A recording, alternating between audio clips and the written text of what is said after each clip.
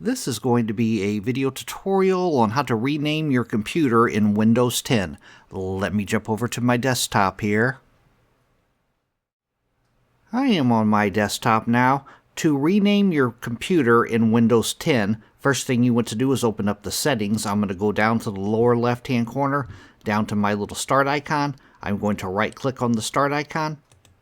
Then I'm going to go up to where it says settings, and I'm going to click on settings.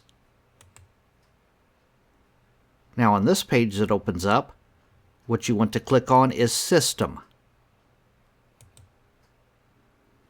And then on the pane off to the left hand side, you want to scroll down toward the very bottom and you want to click on About.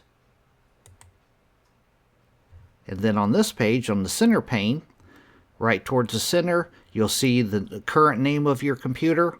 And off to the right hand side it says Rename This PC. You want to click on the Rename This PC button. And that'll bring up a little dialog box. It says Rename Your PC. It says you can use a combination of letters, hyphens, and numbers.